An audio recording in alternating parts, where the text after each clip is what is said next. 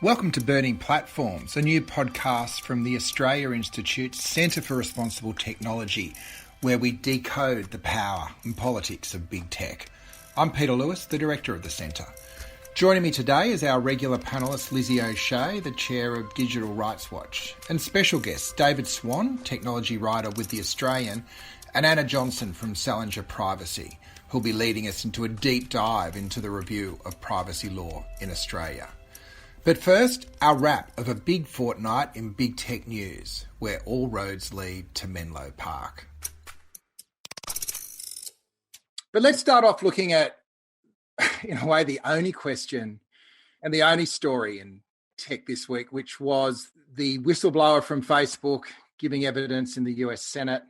We've covered the substantive, I think, issues in last week's Burning Platforms, the Facebook files, which were originally published in association with the Wall Street Journal. Then there was a outing of the whistleblower who ended up being a product manager. And I'm not quite sure how senior that is. David might be able to help me with that in a minute to understand where Frances Haugen fitted into Facebook. She did a 60 Minutes interview last weekend, and then she fronted the Senate, where all sides of the Senate we're ready to hear from her and really fire up against what I've described as the tobacco moment for big tech. I thought the other interesting part of her testimony was it was the first time in a really focused way I'd heard legislators engage with the ideas of algorithmic transparency, which is really where her analysis went, that unless Facebook comes clean with the design of its algorithms, we're really taking it on its word. And as her evidence has shown, that is probably not a great place for either the US Senate or humanity in general to be at the moment. So, David, welcome. Tell us a little bit about what you know about this whistleblower and how senior she was and what you think the import of her evidence has been over the last week. Yeah, and thanks very much for having me, obviously. And she was quite senior in that she was at Facebook's civic integrity team. And that's a unit that Facebook shut down. So that unit no longer exists. And I think that's one of the reasons that she's come forward. Obviously, whistleblowers, generally speaking, have some sort of axe to grind or a reason that they're coming forward.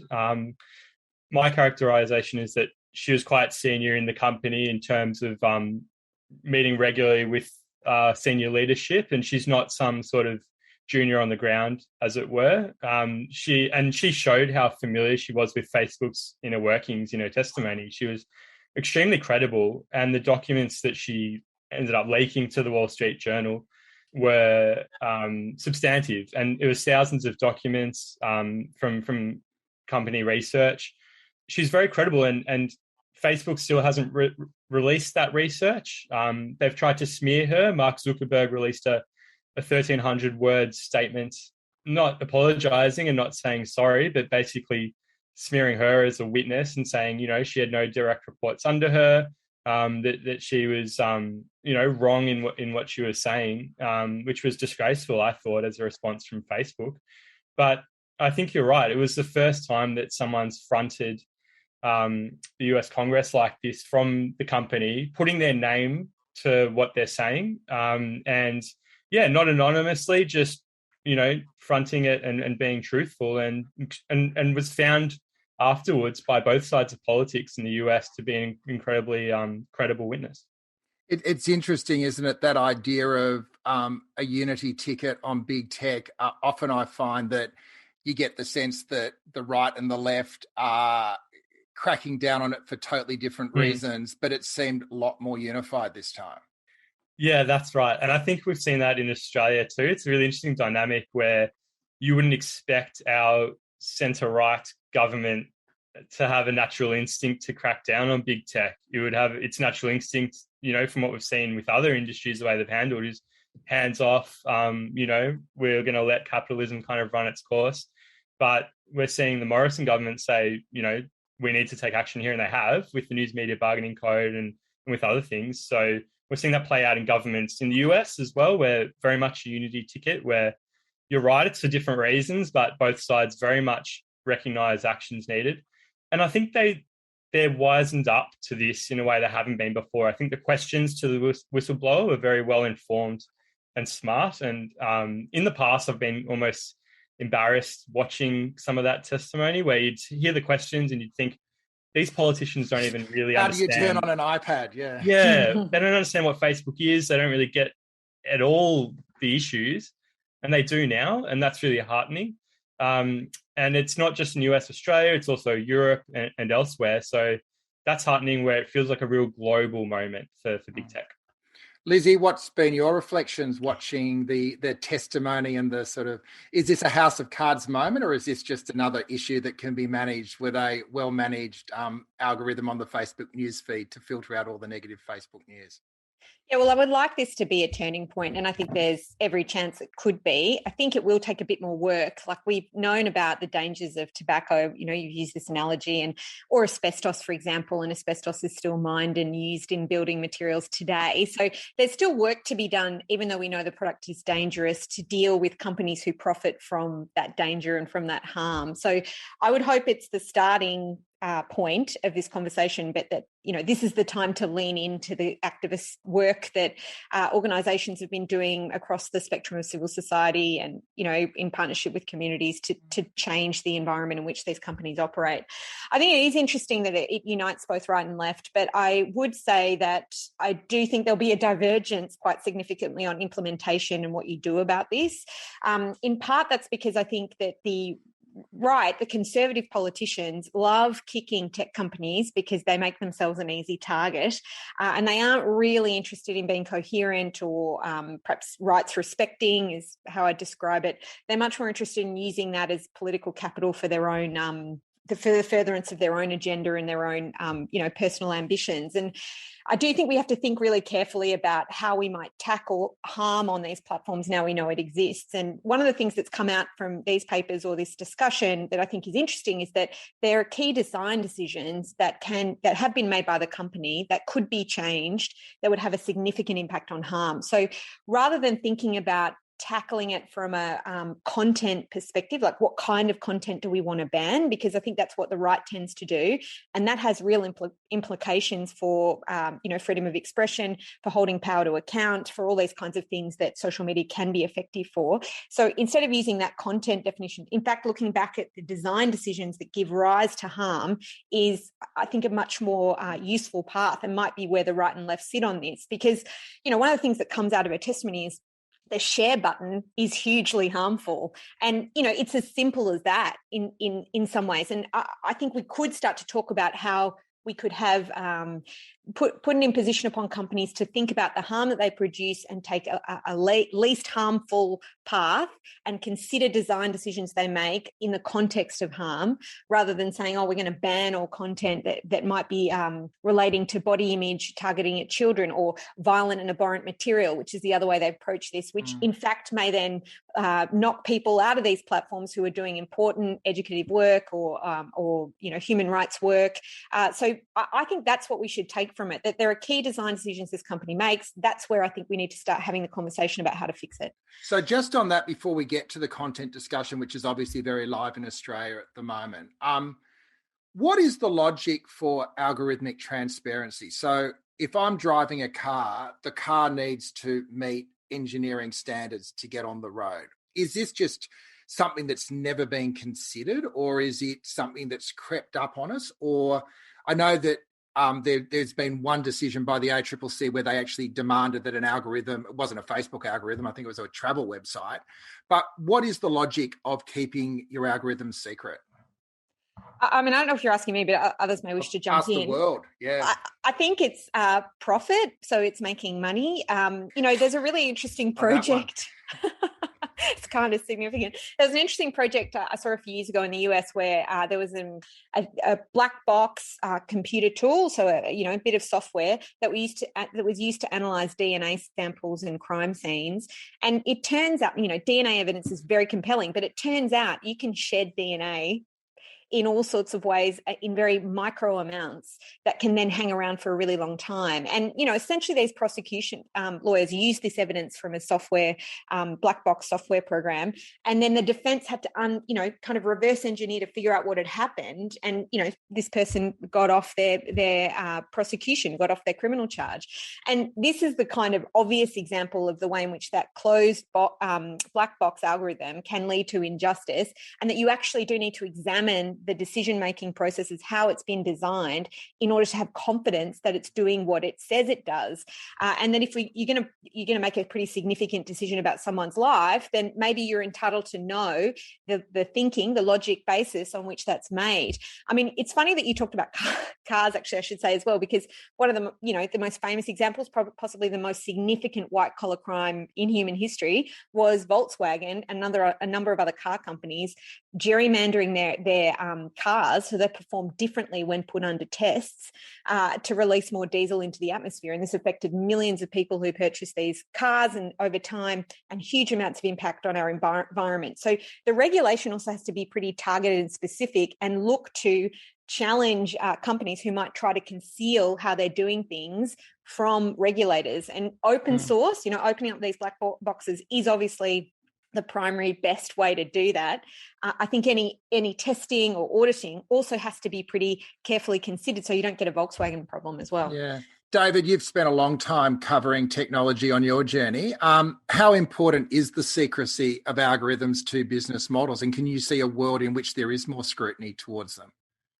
Yeah, it's sort of everything, really. It's how these companies have grown to be bigger than many companies' GDPs. It's literally where the growth comes from, because the algorithm is the thing that gets to know you, serves you more content in terms of YouTube, for example. It might lead you down a right-wing rabbit hole that you never recover from. In terms of Instagram, it might be that you're a young teenager and that's how you develop your body issues, is from the algorithm assuming certain things about you and serving you more content that's addictive or more content that's more extreme, because, the algorithm likes whatever's the loudest. And it's really harmed democracy globally, I think, because the reasonable voices in the room get left out by the algorithms. I think the whistleblower made an interesting point where she said what you can do is instead change the algorithm so that it's instead just sorts the posts on your feed or the graph by date and order of which it's posted. I know on Twitter you can do that, for example, where instead of letting Twitter decide the most important things for you to see, you just see them in the order in which they were posted. I think that's a common sense way to handle it, for example, where you're not trusting the tech giant's judgment and its algorithms because they've shown they haven't been able to be trusted.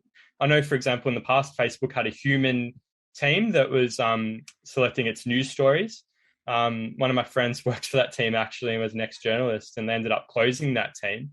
But I'd way rather trust the judgment of humans, for example, in deciding which news stories are highlighted at the side of my feed, rather than trusting an algorithm that, isn't human and doesn't have that level of judgment that we can trust at all. So, in terms of opening up the black box, I think that's another question. I imagine that's pretty difficult, but it's very interesting that the ACCC has flagged that as the live option of let's open it up. Facebook and other tech giants like Google have said it's not workable, but it's good we're at least talking about it. Look, of course, as many things in this, it seems to play out slightly different in Australia. The other development, which I'm interested in, you leading us through, David, this week, was that the Prime Minister's called for holding platforms account for the content they publish and sort of make them be vulnerable to defamation law in much the same way as a publisher. The context of this is also terrific in that Barnaby Joyce has lathered up over that because there has been some social media commentary around one of his daughters and a senior New South Wales politician who resigned, which kind of inversely reflect the accurate social media whispering campaign about his own behaviour a couple of years ago. But that sort of morphed yesterday into a call for a big review on the platforms allowing anonymous trolls to spread disinformation. And where does that land us? Yeah, so ScoMo is saying that the tech giants should be or are in danger of being labelled as publishers in the way that publishers like News Corp right now are. And I can tell you, as someone inside a newsroom right now, what we've got now is not workable. We have our moderators who work for the Australian are only, say, for example, working 9 to 5, and then they have to shut off comments the hours that they're not working, and they have to go through basically every single one and make sure that there's nothing defamatory being posted on any of our articles on the tech giants platforms, because we would be liable as the publisher. And it's basically the tech giants abdicating their responsibility for what's on their platforms, saying that we should be liable just because the article came from us, even though it's hosted on the tech giants. This bounces off the Dylan Volker High Court, and which we spoke about last week, or last fortnight. But yeah, from the perspective of a newsroom, as Dan shared last week, it's probably terrible. From the perspective of someone that wants to cut off the flow to Facebook, it's probably not such a bad outcome. But can I ask you, David? Yeah. I don't really understand the thinking behind allowing comments on Facebook on news articles, other than it plays into the Facebook algorithm for promoting content. Because what we know from the whistleblower and from the Facebook papers is that if you get comments, and if they're long comments, your point score is going up and your news article with its comments below is going to be promoted. I mean, I assume that's why you permit comments on this platform. So then I find it just a bit hard to take when news organisations complain about the fact that they're going to be held to account for that when they've actually optimised their content for the platform that they're on. It is possible just to, not publish on Facebook, but also it may be possible that Facebook eventually comes up with a product where News Limited is able to put stories on there and not solicit comments. It might not do as well, but it would mean that, people don't get defamed. One of the things I keep raising in this context is Dylan Voller went through a terrible, terrible thing, and people were saying awful things about him. And especially when it comes to News Corp does, and the Australian particularly, does sometimes target individuals for campaigns of vitriol. And I do think it's right that there's a remedy for those people. I do think there's problems with defamation, but I also think, this constant kind of retrofitting these programs so that we can continue to push content that's just engaging without necessarily caring about the consequences for people who might be caught up in that. To me, that's unworkable and should be fixed as well. Don't want to hold you totally responsible for Murdoch there, David, so hopefully you'll take that in good humour. Yeah, all I'd say is I'll appear in my personal capacity rather than representing the Murdoch empire. All I would say too is, like, following the news media bargaining code, for example, we're in a unholy alliance with the tech giants now going forward, and there's no going back from that. Really, I think that was a moment in time where obviously Facebook blocked news from its platform, and the outcome could have been totally different, where then it's a permanent split. All comments stay on our site, no comments on Facebook, no news stories on Facebook, and you have that real permanent divide where it's very clear where the content lies. And I think now we're at just this weird time where we're back together and we're working out who owns what and who's responsible for what. And it really does need to form part of a much broader defamation reform. We have, some of the worst defamation laws. I'm sure you guys have talked about it before, but, globally, the defamation laws in general aren't workable with this aspect, but then more broadly too, in terms of stuff we're allowed to write. But that's another conversation. But I won't go into the News Corp articles that you mentioned. Yeah. Very, very professional, David. Yeah. Thank you. So, Lizzie, let's hand the conch to you. You wanted to shift away from Facebook and just share a bit of information about an exciting new robot that Amazon is offering us all. I know. I don't know if anybody's been checking out what's going on with Amazon and their new robot called Astro, which I think is an unforgivable thing to call a robot, because the true Astro is Astro Boy, not Amazon's surveillance robot. I think this has been very interesting to watch this unfold, because there's a lot of slick marketing around Astro.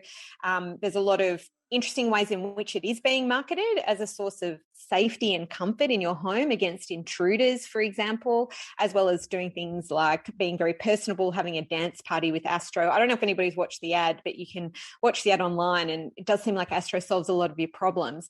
Having said that, don't know why anyone would want to put the eyes and ears of Jeff Bezos in their house, wandering around, checking on things, using facial recognition to work out who is where, when. And I wonder whether that will be a way in which people start to not engage with these products because they can't trust Amazon. And some of the reading about this is really interesting, actually, about how we use robots and what we perceive them to do in our lives, and whether I'm, in fact, just being a bit idealistic in saying that people are going to perhaps balk at the prospect of inviting Jeff Bezos into their home, when, in fact, there's a lot of reason why people buy robots and invest in them as a potential emblem, I suppose, of an ideal future. And there's a really interesting article on the MIT tech review, where they talk about how the way in which robots are built and their features that they're given play into our evolutionary history to make us like them and feel dependent on them. And people talk, the article discusses, hugging robotic animals and that being as fulfilling as hugging a real animal. I can tell you, I can probably understand that because they're less likely to scratch you if they're a cat, for example. But, people even know, when they know that it's a robot, they still feel a connection with it. And I'm sure that in the process of designing this, Amazon has thought about this quite a bit. And so it will become a feature of our home that we sort of can't do without. It becomes a member of the family. It's like Jeff's there every night when you're having dinner with your kids. And the last thing I just want to throw out there is an interesting provocation around this is that article talked actually about how children distinguish between things that are living, say, or that are, have, a consciousness by whether they're self-propelled or not, which I hadn't really thought about, I must say. So a rock is not self-propelled, nor is a tree, but a person and an animal is. And now we're going to be introducing robots into our homes around small children. What does that mean for their understanding of what is human and what isn't, or what is an animal and what isn't? And then if you bring into the mix marketing that might come through that robot, what does that mean as well? And these are things that I don't think anybody's really thought about. I imagine Amazon has, but I'd be very reluctant to introduce something into my home. And I do wonder whether we have to be very careful about what we're kind of teaching the next generation. I did say that was the last thing, but one more. I think it is hilarious that apparently it doesn't recognize stairs. So if you are going to buy one, against my recommendations, don't put it anywhere near a staircase, because even one of the most sophisticated tech companies in the world can't make a robot that can avoid falling downstairs. David, you're the sort of go-to guy for a tech company with a new idea. How do you treat the robot, the Astro? With great suspicion, and it's big coming from me. If you saw my house right now, it's just littered with tech junk that the companies send me, and I don't think I would let this into my home. I let a lot of other tech things into my home, but I think Amazon often goes under the radar just in terms of its sheer sort of the amount it knows about us. I think it's got potential to be bigger than sort of Apple, Microsoft, Facebook, Google in terms of just sheer influence. And when it comes to issues like privacy and I think Amazon just often doesn't enter that conversation when it should. I mean, it has Amazon Web Services, which is, powers a significant portion of the internet. It knows all of our shopping habits. It's become huge in Australia. It wasn't a few years ago, but now it really is, just in terms of day-to-day shopping. And the amount of data they have on us is incredible. So letting this robot into my home where it can then see all my facial expressions and my kids, etc., my future kids, I guess, just, huge red flags for me. And especially with something at a sort of V1 in early days, Amazon's shown before it needs, like a lot of other companies, just many iterations to even get close to getting something right. So, wouldn't be letting Astro anywhere near this place. It kind of seems this weird merging of security, convenience, and almost anxiety. So I'm assuming people are going to be attracted to this if they're leaving their kids alone, or they've got a older parent who's living alone and the phone call doesn't cut it anymore. But you got to say, there must be other ways of solving that problem than programming this all-consuming and very complex piece of technology just to start roaming in your loved one's domain. Do you have stairs, Peter, that you might not be able to conquer? It would not last 5 minutes where I am at the moment, but maybe, I don't quite know how I would apply it up here. I'm just not going to, though. I'm not an Alexa person either. Like, I just don't like the idea of having that presence. I like sort of programming my own stuff. I don't know. Yeah, I mean, I also think there's this weird drive now to automate all these functions, like looking after loved ones that you can't visit. And then what do we do with our time? We spend all our time. Yeah, we spend all our time working. So what? You can work more, so you don't have to go see your loved ones. Like, I mean, I think that aspect of it is a bit insidious and gross. The security stuff, I think, is equally troublesome. It's like I don't know, for people who've watched White Lotus, it reminds me of the really rich guy who's very worried about an invader in the hotel, and he's just the terrible character in the series, and is fearful that people will come after his wealth, which is kind of understandable on one level, but it takes the form, I shouldn't give it away, but the point is that there's a fear culture which justifies then increasingly relying on these, not just as a source of convenience, but also as a source of security about the existential crisis we face, even though all the evidence suggests that crime is going down and the like. And we create this culture of fear and the need that then is serviced by these private companies in very invasive ways. I do think we have to start talking about breaking that dynamic.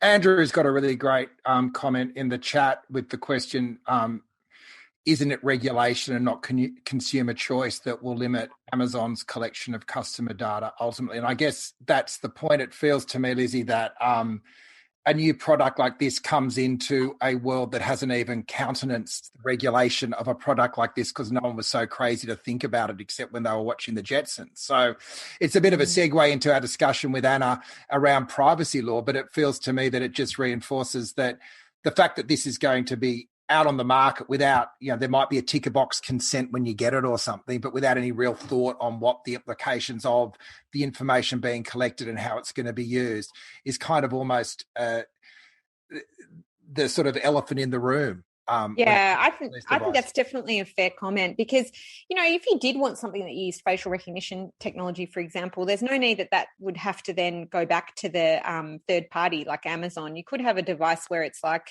facial recognition when you unlock your phone, it just stays on the device. But of course, what we know is that Amazon won't be using that. They'll be taking this opportunity to enter into your home and gather up all the data that it can possibly get its hands on. And it's telling, I think, that we had a proposed law in respect of facial recognition for the regulation of the use of that technology. It was canned by our relevant parliamentary committee, and there's been nothing since, although we expect it to come soon. And in that gap, we have agencies, companies using that technology in a regulatory-free environment. And, this is their business model, to enter the space and then ask for forgiveness or regulation later once they've got a hold on the market and have put in place practices and also habits on the parts of consumers that then become very difficult to break.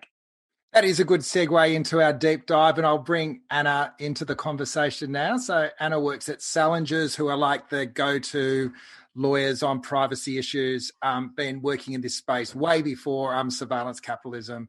Anna, we got you on because we thought the privacy bill would have landed by now, and so we were going to get you to unpack it and also convince us why privacy isn't the dismal, boring part of the technology discussion. We've been talking about robots and global captains of the world, and here we're going to talk about privacy.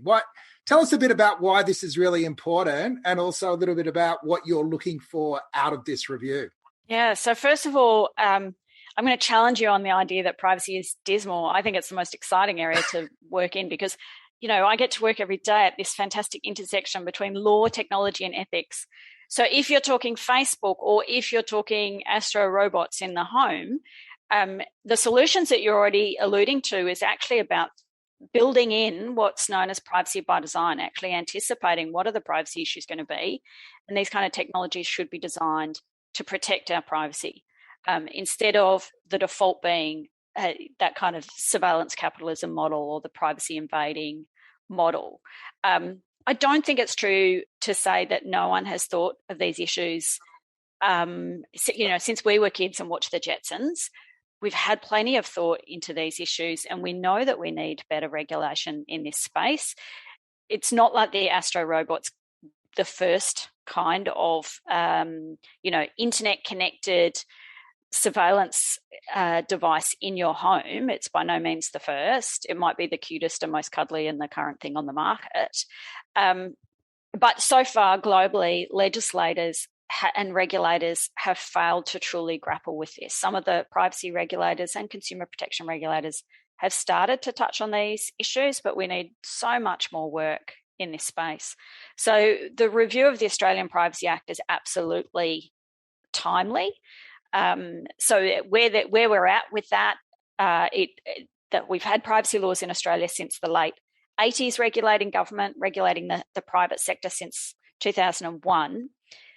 What's really spurred on the demand for a fresh review of them and an update of our Federal Privacy Act, first of all, is the behaviour of the big digital platforms, so Google and Facebook in particular. So the ACCC's Digital Platforms Inquiry from a few years ago now recommended a number of updates were needed to our privacy laws to address the power imbalances and the kind of harms that can occur to us as individuals and us as society because of the power of the big digital platforms.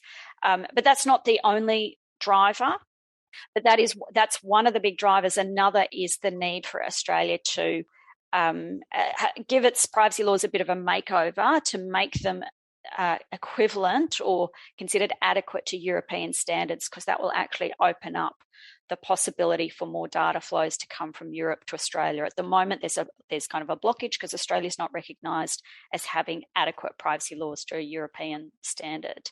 And there's just a lot happening in the global tech regulation space generally.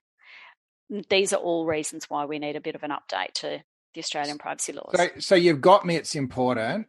What are we looking for in this review, and how long since we've updated the laws? So the laws got a bit of a tinker in 2014, but that didn't really change the sort of underlying model. So one of the problems we've got with our privacy laws at the moment is it doesn't embed an actual right to privacy in a human rights sense.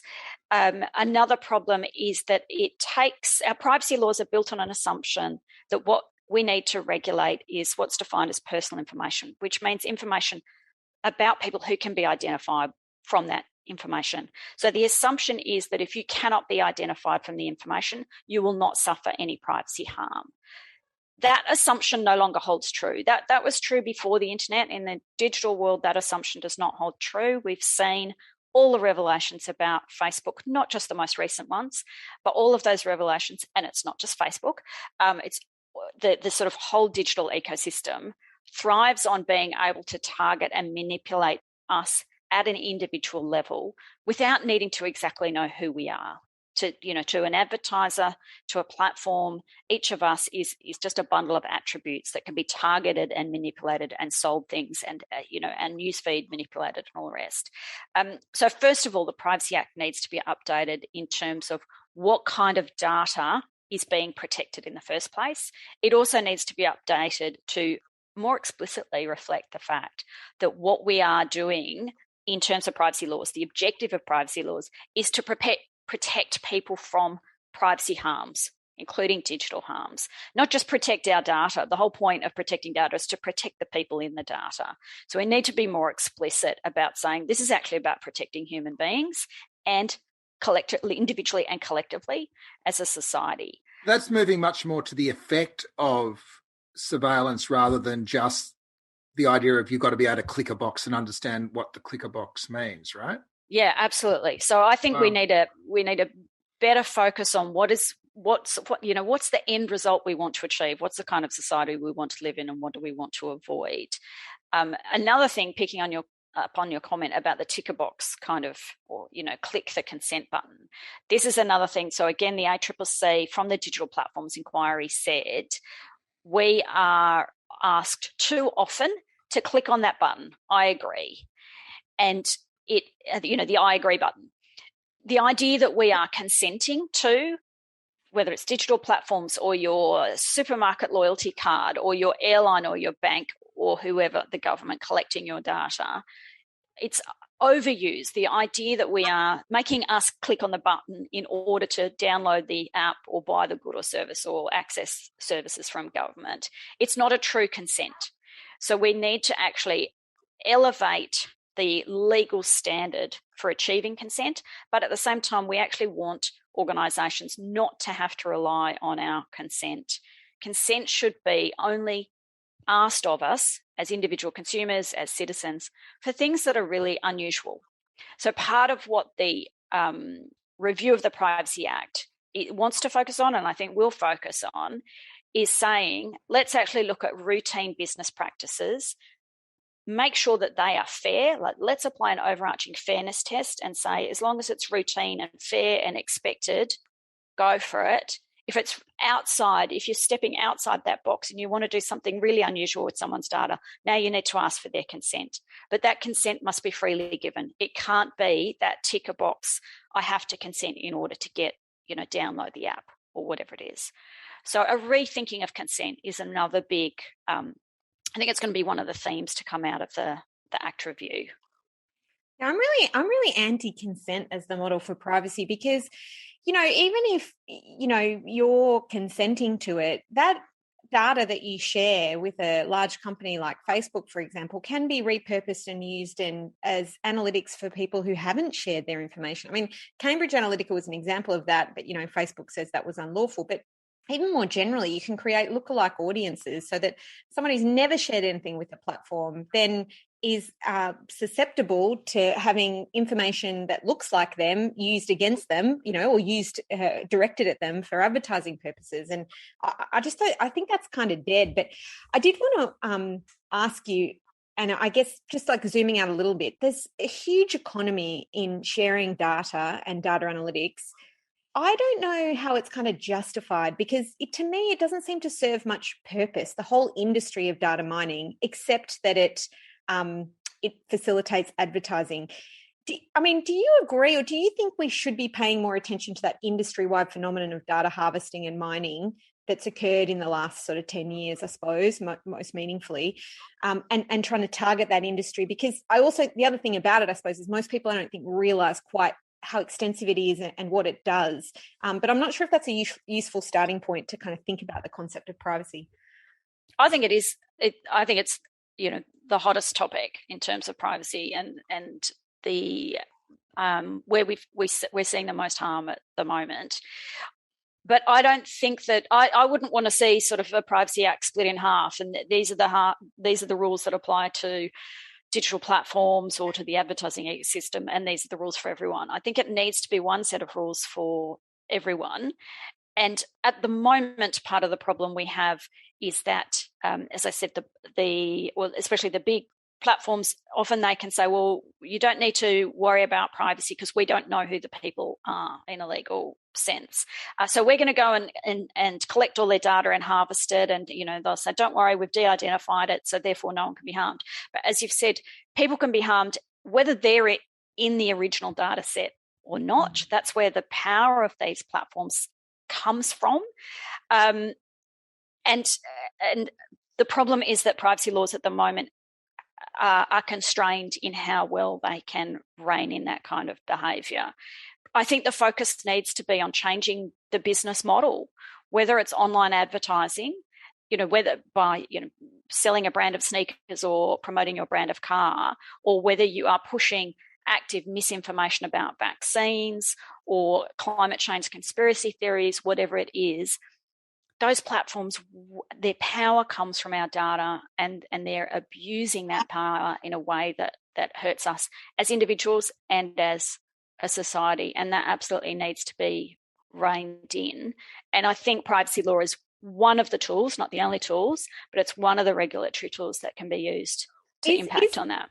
Is de-identification the weak point? Because you're talking about personal information there, and then once it's de-identified, it's no longer personal information. And there's no definition of what it is to de-identify. So that's a problem because there's potentially the risk that it could be re-identified. But is that what you're talking about then, saying that de-identified information still has to be subject to the Privacy Act, or is there another method that we could use?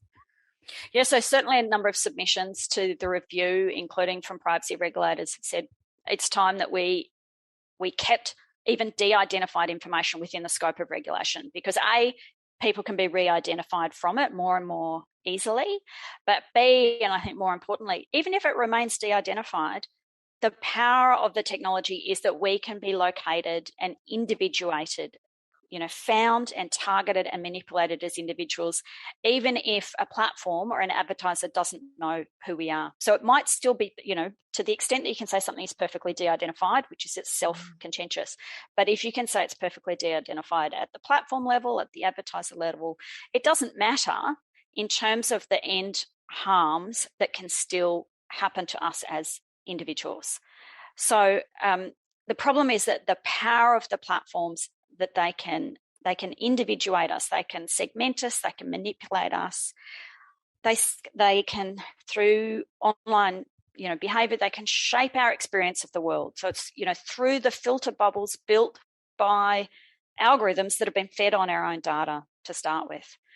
And the end result of the filter bubbles and their echo chambers and the dark patterns and the emotional contagion studies and the misinformation and the manipulation of news feeds is that our world actually becomes smaller. Our choices, contrary to the idea of opening up the world, our world's becoming smaller. Our choices become more limited. The products we're offered are different to the person sitting next to us. The prices that we pay will be different to our next door neighbour. The job ads we see, the news stories we read, all of this becomes decided for us by machines, built not to serve us. They're built to deliver profits to the owners of big tech. And ultimately, that narrowing of our choices impacts our autonomy and our dignity. And this is what privacy law is supposed to protect. This is what privacy, to me, ultimately means, is autonomy and dignity. It's not about the protection of our data per se. That's just the proxy for what we're really supposed to be protecting, which is our individual autonomy and dignity and our ability to control our own lives. We're not going to get that back. Our ability to run our own lives free of kind of surveillance capitalism and corporate interference until we really tackle not just one company. It's not just about breaking up Facebook. It's not just about giving users extra controls. It's about actually unpacking and better regulating the entire digital and data ecosystem. David, I know you are not the official emissary of Holt Street in any shape or form, but what is the perspective as you perceive of the media in general to privacy law reform? I know that it's been seen in the past as one of the barriers of getting laws through, the reticence of media companies to change the current regime, which provides a fair bit of protection for them in their operations. Yeah, I wouldn't say that, we have a company position that I'm aware of necessarily. Yeah.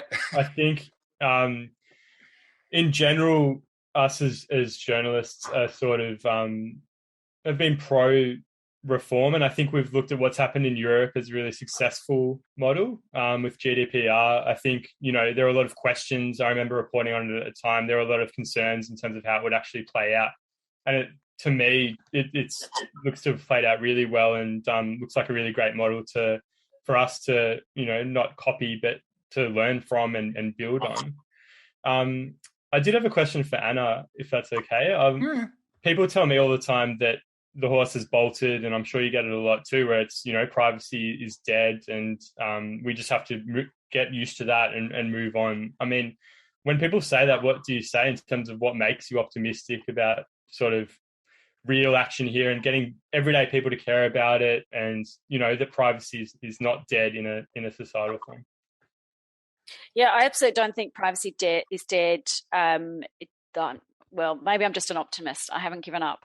But I've absolutely seen a change in about the last 3 years. So I'd say starting with the Cambridge Analytica revelations, people, as in members of the public, when you meet someone at a barbecue, back to when we have barbecues again, I'll be excited. But, you meet someone, you're at the barbecue or at a supermarket, and they ask what you do.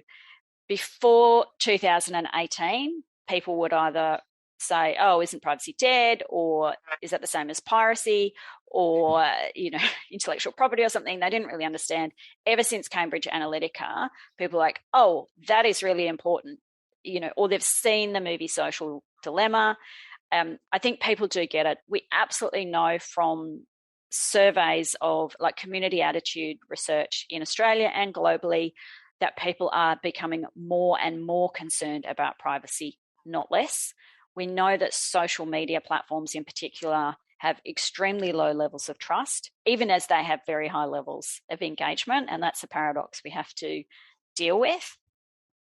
But absolutely, privacy is not dead. And I don't see why. I don't buy the line, the kind of too big to fail. I know when Facebook went down earlier this week, and advertisers and a whole bunch of businesses that rely on Facebook and their related platforms would have been struggling, which demonstrates just how much power they have.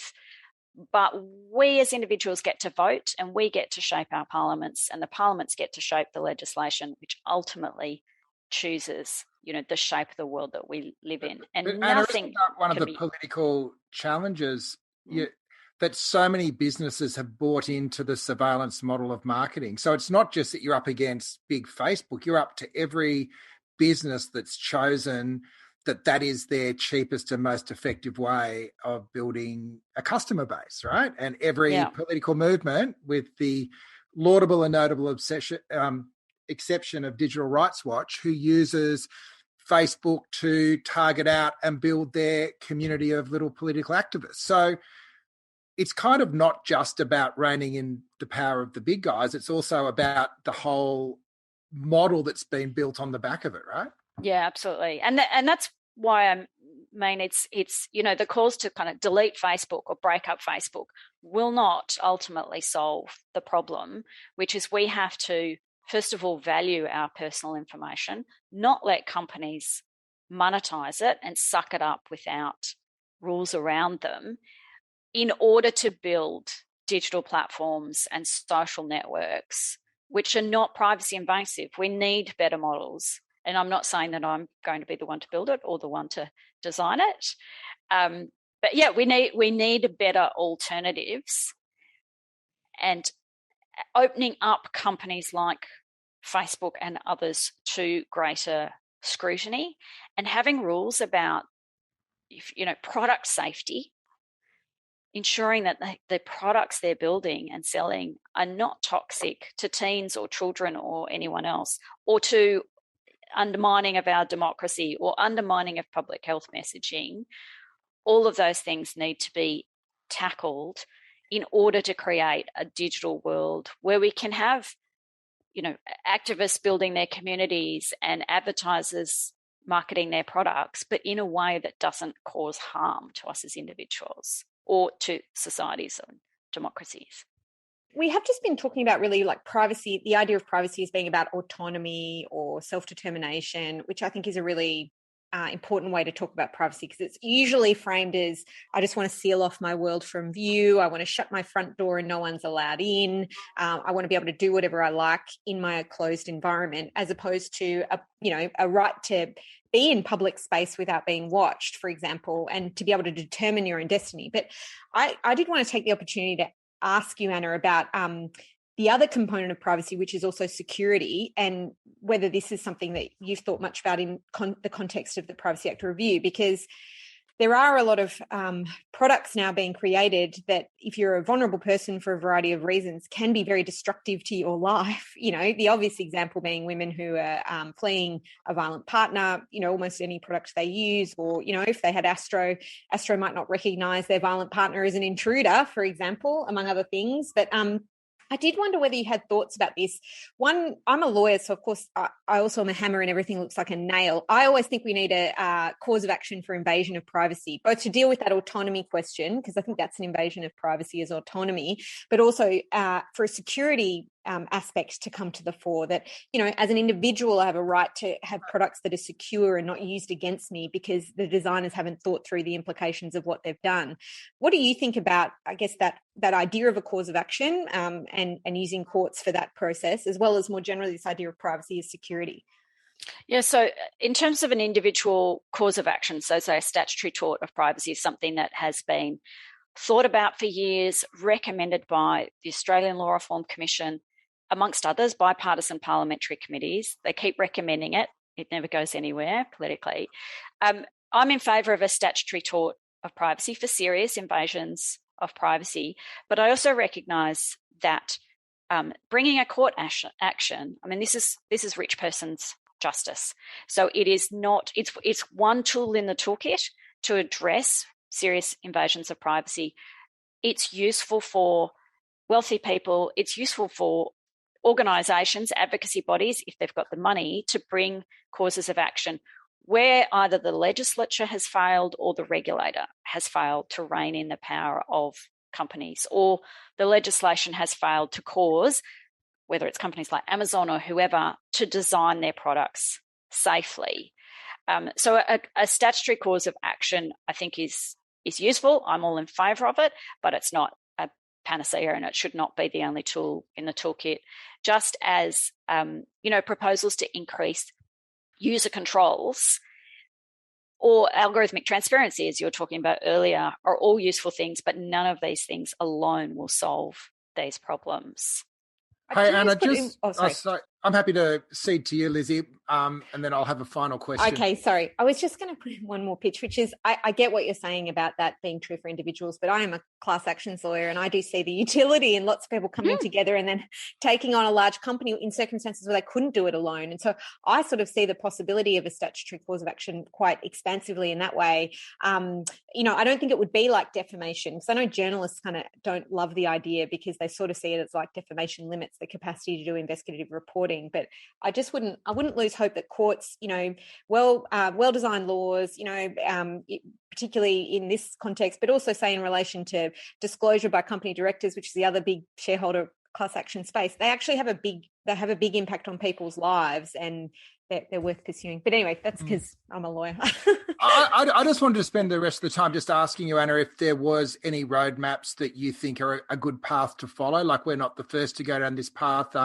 GDPR, there's the Californian laws. Is there a model that you think says this is the way, or is there little bits that we should be grabbing from different parts of the world? I think there's little bits we can grab from different parts of the world. So the GDPR is often held up as the kind of global benchmark for privacy laws. It's certainly got some eye-grabbing, eye-watering kind of level penalties, which is why it gets lots of attention. It also has some great features, like, as I talked about before, it's spelled out in law what we at the moment just have in case law and in regulatory guidance, which is what are the elements you need to get a valid consent, if you're going to rely on someone's consent as the lawful ground for you to collect or use or disclose their information in the first place. It also starts to go towards my point about expanding the definition of personal information. So it includes the notion of singling out. So it's not necessarily hinging entirely on whether or not this sort of argument that Lizzie was alluding to about whether or not someone's actually identifiable in a legal sense in the first place. But there's also other laws around the world which kind of pick up that idea and run with it. So the California Consumer Privacy Act, for example, has an even more expansive definition of personal information. So within its sort of regulatory purview, it covers information that can be used to not just identify with someone, but locate or target them or a household or a device connected with an individual or a household. So that's a useful model. The Canadian law has the idea of no-go zones, and the Canadian Privacy Commissioner uses techniques like focus groups to take the pulse of the community to actually understand what is kind of fair and reasonable. And of course, community attitudes can shift over time, so that it actually offers quite a useful flexibility in the privacy law. So there's, I think we can ongoing focus groups. That works for me. Yeah, I can imagine. There's bits and pieces we can pick from different jurisdictions, I think, to build something really world class. Yeah, fantastic. Look, thanks for your thoughts and wisdom. My pleasure. I'm now looking forward to this report lobbying and feeling like I'm not going to be totally faking it through it. So thank you very much for your for being part of it today. Thanks for joining us, David. We normally finish the week just with what's coming up over the fortnight. I don't know if there's anything particular apart from the privacy review that you're looking forward to over the next fortnight. I'm just hoping for several more major Facebook outages just to give me more to report. That would be great. Just more big tech, bring it on. It's keeping me very distracted from this lockdown and the global pandemic, which is great. Excellent. So thanks for being part of it today, mate. And Lizzie, anything on the Digital Rights Watch agenda for the next couple of weeks? I mean, we've got some more events coming up. We did hold a successful event talking to writers about how we can make the internet work for them, because there have been people that have been ignored, artists as well, by the federal government in the context of the pandemic. Make use of the digital infrastructure to share their work, but it needs to work for them and not just for the platforms in which they share. So that's part of an ongoing series. If you want to know more about our next event, which is coming up soon, then you can sign up to our newsletter. I'm also looking forward to more Facebook outages, because I hope that encourages people to realize that when we put all our eggs in the Facebook basket, we might be putting ourselves at risk, that we won't control that environment. So, building outside of those spaces, your community, your organization, your business is a good idea. Excellent. Well, have a great weekend, everyone. This has been Burning Platforms, a new podcast from the Centre for Responsible Technology. We held this webinar on Friday, October 8, and things may have changed since recording. In fact, I'll be surprised if they haven't. It was recorded on the land of the Gadigal people, always was, always will be Aboriginal land. You'll find more information about the centre and links to our research papers, as well as a weekly blog on our website. And there you can also subscribe to our newsletters and webinars. The episode was produced by Jennifer Macy. Stay safe out there, and thanks for listening.